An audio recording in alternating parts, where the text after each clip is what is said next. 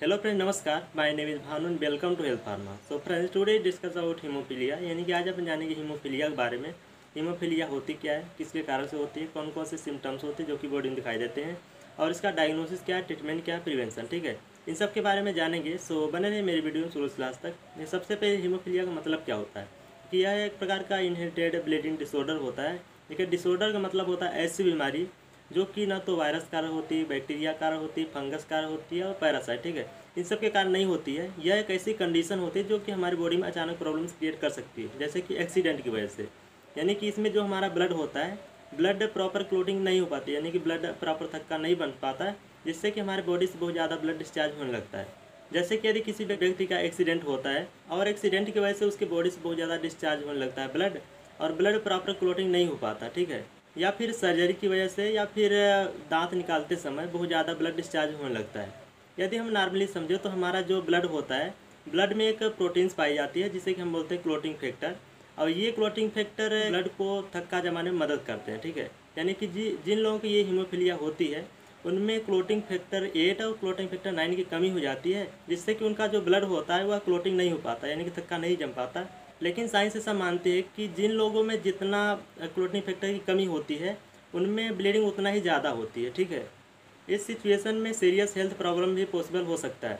देखिए, जिन लोगों को हीमोफीलिया होती है उनके बॉडी के अंदर जैसे कि एंकल, नी या फिर एल्बो, ठीक है, वहाँ से ब्लीडिंग होती है। और ये इंटरनल ब्लीडिंग के कारण उनके आर्गन्स एंड टिश्यू को परमानेंटली डैमेज कर सकता है। ठीक है, और ये पूरी लाइफ के लिए खतरा बन सकता है। देखिए, हीमोफीलिया दो प्रकार का होता है। हीमोफीलिया एक होता है ए, हीमोफीलिया बी। देखिए, हीमोफीलिया ए को हम बोलते हैं क्लासिक हीमोफीलिया, इसमें क्लोटिंग फैक्टर 8 की कमी हो जाती है। सेकेंड होता है हीमोफीलिया बी, इसे कि हम बोलते हैं क्रिसमस हीमोफीलिया, इसमें क्लोटिंग फैक्टर 9 की कमी हो जाती है, जिससे कि अपन बोलते हैं हीमोफीलिया बी। ठीक है, अगर हम इसमें कारण की बात करते हैं तो यह डिफिशियंसी ऑफ द प्लेटलेट्स है, यानी कि जो हमारा प्लेटलेट्स है इसकी कमी हो जाती है। ठीक है, जिसकी वजह से यह डिसीज होती है। देखिए, प्लेटलेट्स जो होता है यह प्रकार का ब्लड सेल्स होता है। कि यदि हम ब्लड के बारे में थोड़ा बेसिक समझें तो ये जो हमारा ब्लड होता है डिफरेंट कंपोनेंट के मिलकर बना होता है। ठीक है, जैसे कि प्लाज्मा एंड ब्लड सेल्स।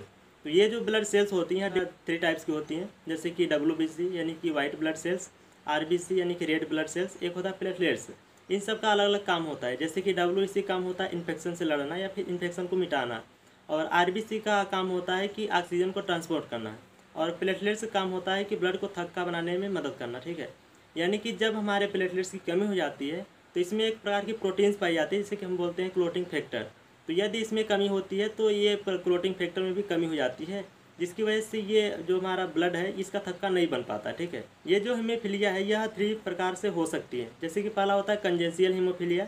इसका मतलब होता है कि जो बच्चा इस डिसऑर्डर के साथ पैदा हुआ है, ठीक है, तो इसे एक बोलते हैं कंजेंशियल हीमोफीलिया। इसे हम क्लासीफाई भी कर सकते हैं, जैसे कि हीमोफीलिया ए, एक होता है हीमोफीलिया बी, और second one is acquired haemophilia. देखिए, इसका मतलब होता है कि ये जो डिसऑर्डर है इसका फैमिली हिस्टोरी के साथ कोई कनेक्शन नहीं होता है, जिससे कि अपन बोलते हैं एक्वायर्ड हीमोफीलिया। जैसे कि एक्सीडेंट की वजह से, या फिर एक्वायर्ड हीमोफीलिया तब होती है जब किसी व्यक्ति का इम्यून सिस्टम जो होता है या डायरेक्टली ब्लड के क्लोटिंग फैक्टर में अटैक करता है। जैसे कि प्रेगनेंसी के टाइम अटैक कर सकता है, या फिर ऑटोइम्यून कंडीशन के टाइम पर ये अटैक कर सकता है, या फिर कैंसर की वजह से हो सकता है। ठीक है, मल्टीपल स्क्लेरोसिस या फिर ड्रग रिएक्शन की वजह से अटैक कर सकता है। और third one is haemophilia inheritance. ठीक है, यानी कि ये जो होता है यह डिपेंड होता है जीन्स एंड क्रोमोसोम्स पर, यानी कि जो आपका फॉल्टी जीन्स होती हैं, यानी कि दोषपूर्ण जीन्स होती हैं, यह एक्स क्रोमोसोम्स पर डिपेंड होती है। यानी कि प्रत्येक व्यक्ति के पास 2 सेक्स क्रोमोसोम्स होते हैं, जो कि प्रत्येक माता पिता में से एक एक प्राप्त होते हैं। ठीक है, जैसे कि महिलाओं में एक एक्स क्रोमोसोम्स माँ से और एक एक्स क्रोमोसोम्स पिता से प्राप्त होता है, और पुरुषों में एक एक्स क्रोमोसोम्स माँ से और एक वाई क्रोमोसोम्स पिता से प्राप्त होता है। इसका मतलब ये होता है कि ये जो हीमोफीलिया है अधिकतर पुरुषों को होती है। ठीक है, या फिर जो हीमोफीलिया से इन्फेक्टेड औरत है वो प्रेगनेंसी के टाइम उसका जो एक दोषपूर्ण जीन्स होता है वो बच्चे में पास हो जाता है। ठीक है, और दोषपूर्ण जीन्स वाली सभी महिलाएं एक कैरियर होती है जिनमें कोई भी सिम्टम दिखाई नहीं देते हैं, लेकिन कुछ कैरियर में इनके सिम्टम दिखाई दे सकते हैं, जैसे ब्लीडिंग। ठीक है, अगर हम इसमें सिम्टम्स की बात करते हैं तो इसके जो सिम्टम्स होते हैं या क्लोटिंग फैक्टर के आधार पर अलग अलग होते हैं। जैसे कि यदि किसी व्यक्ति का क्लोटिंग फैक्टर डिक्रीज है तो उसे चोट की वजह से या फिर गहरी एक्सीडेंट की वजह से उसकी बॉडी से बहुत ज़्यादा ब्लीडिंग होने लगती है। ठीक है, या फिर यदि किसी व्यक्ति के ब्लड में क्लोटिंग फैक्टर बहुत ज़्यादा ही कमी हो गई है, ठीक है, यानी कि कमी की वजह से बहुत ज़्यादा सीरियस हो गया है, तो उसे बिना किसी कारण से आसानी से ब्लीडिंग होने लगती है। जैसे कि कटने पर या चोट लगने पर, या फिर सर्जरी या दांत निकालते समय बहुत ज़्यादा ब्लीडिंग होने लगती है, या फिर बिना किसी कारण से नाक से ब्लड आने लगता है, या फिर कई बड़ी गहरी चोट की वजह से आपको ब्लीडिंग होने लगती है, या फिर आपके जोड़ों से दर्द, सूजन एंड जकड़न होना, या फिर जो छोटे बच्चे होते हैं उनमें अनएक्सप्लेन्ड इरिटेबिलिटी होने लगती है, ठीक है, या फिर आपके यूरिन एंड स्टूल में बहुत ज़्यादा ब्लड आने लगता है, या फिर जो व्यक्ति हीमोफीलिया से इन्फेक्टेड है उसके ब्रेन में साधारण उभार उसके ब्रेन में ब्लीडिंग का कारण बन सकता है। ऐसा शायद ही होता है, लेकिन यदि ऐसा होता है तो one of the most serious complication जो कि हो सकता है, जैसे कि पेनफुल एंड लॉन्ग टाइम तक हेडच होना, बार बार उल्टी आना, कंक्लूजन हो सकता है, या फिर सीजर्स यानी मिर्गी भी आ सकती है, या फिर डबल विजन यानी कि दोहरी दृष्टि दिखाई देना, या फिर अचानक कमजोरी सा लगना, या फिर अनापीड़न, ठीक है। ये कुछ कॉमन सिम्टम्स होते हैं जो कि दिखाई देते हैं। तो अगर हम इसमें रिस्क फैक्टर की बात करते हैं तो इसमें जो सबसे बड़ा रिस्क फैक्टर यह है कि यदि आपके फैमिली मेम्बर्स में किसी पर्सन को ये हीमोफीलिया है तो यह महिलाओं के प्रति पुरुषों में बहुत ज़्यादा चांसेस होता है हीमोफीलिया होने का, ठीक है। तो अगर हम इसमें प्रिवेंशन की बात करते हैं तो देयर इज़ नो प्रिवेंशन, यानी कि इसका कोई प्रिवेंशन नहीं है। तो अगर हम इसमें कॉम्प्लिकेशन की बात करें तो देखिए सबसे पहले कॉम्प्लिकेशन का मतलब क्या होता है। देखिए इसका मतलब होता है कि इस बीमारी से कौन कौन से बॉडी में प्रॉब्लम्स हो सकते हैं। तो इसमें पहला होता है डीप इंटरनल ब्लीडिंग, यानी कि यदि आपके मसल्स यानी मांसपेशियों से बहुत ज़्यादा ब्लीडिंग हो रही है तो ब्लीडिंग की वजह से क्या होता है, सूजन हो जाती है, और सूजन की वजह से बिन्स पर बहुत ज़्यादा दबाव पड़ता है जिसकी वजह से आपको नंबनेस या फिर पेन महसूस हो सकता है, ठीक है। और second one is bleeding into the throat and neck, यानी कि यदि आपके थ्रोट एंड नेक से बहुत ज़्यादा ब्लीडिंग हो रही है तो आपको सांस लेने में भी प्रॉब्लम महसूस हो सकता है, ठीक है। और third one is damage into the joint, यानी कि यदि आपकी बॉडी के अंदर ब्लीडिंग हो रही है तो ब्लीडिंग की वजह से क्या होता है कि आपके ज्वाइंट पर भी दबाव पड़ सकता है, और इस सिचुएशन में ट्रीटमेंट कराना बहुत ही ज़रूरी है क्योंकि यदि हम ट्रीटमेंट नहीं कराते हैं तो आपको गाउट या फिर ज्वाइंट में डिस्ट्रक्शन का कारण बन सकता है, ठीक है। और नेक्स्ट वन इज इन्फेक्शन, यानी कि हीमोफीलिया से इन्फेक्टेड व्यक्ति के लिए यदि हम किसी हेल्दी पर्सन से ब्लड की क्लोटिंग फैक्टर का यूज़ करते हैं, ठीक है, तो ये हेपेटाइटिस सी जैसे वायरल इन्फेक्शन क्रिएट कर सकता है। और next one is adverse reaction to clotting factor treatment, यानी कि यदि हम हीमोफीलिया से इन्फेक्टेड व्यक्ति में यदि हम क्लोटिंग फैक्टर का यूज़ करते हैं, ठीक है, यानी कि क्लोटिंग फैक्टर का यूज़ करके हम उसका ट्रीटमेंट करते हैं तो ये क्या करता है, एडवर्स रिएक्शन क्रिएट कर सकता है।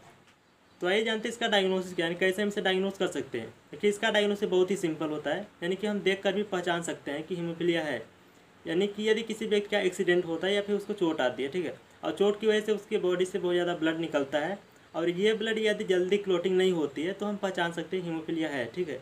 इसके अलावा डॉक्टर से यदि आपके बॉडी में हीमोफीलिया के सिम्टम दिखाई दे रहे हैं तो आपका हीमोफीलिया का जांच भी कर सकते हैं, या फिर इसको पता करने के लिए आपका ब्लड टेस्ट भी कर सकते हैं कि वास्तव में ब्लड की क्लोटिंग अच्छे से हो रही है या फिर नहीं।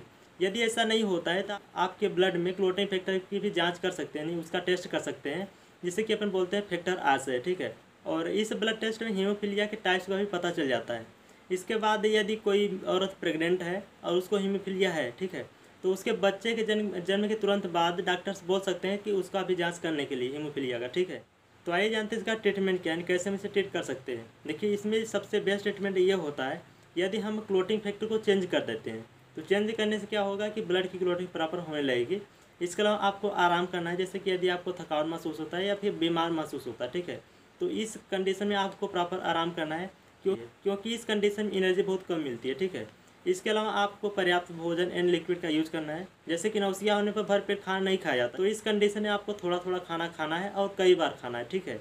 या फिर आपको पानी की बजाय फलों का रस या फिर मिल्क का यूज़ करना है, या फिर डिहाइड्रेशन होने पर बहुत सारे लिक्विड का यूज़ करना है। इसके अलावा आपको अल्कोहल नहीं पीना है, यदि आप पीते हैं तो आपको प्रॉब्लम हो सकती है, ठीक है। Okay, thank you.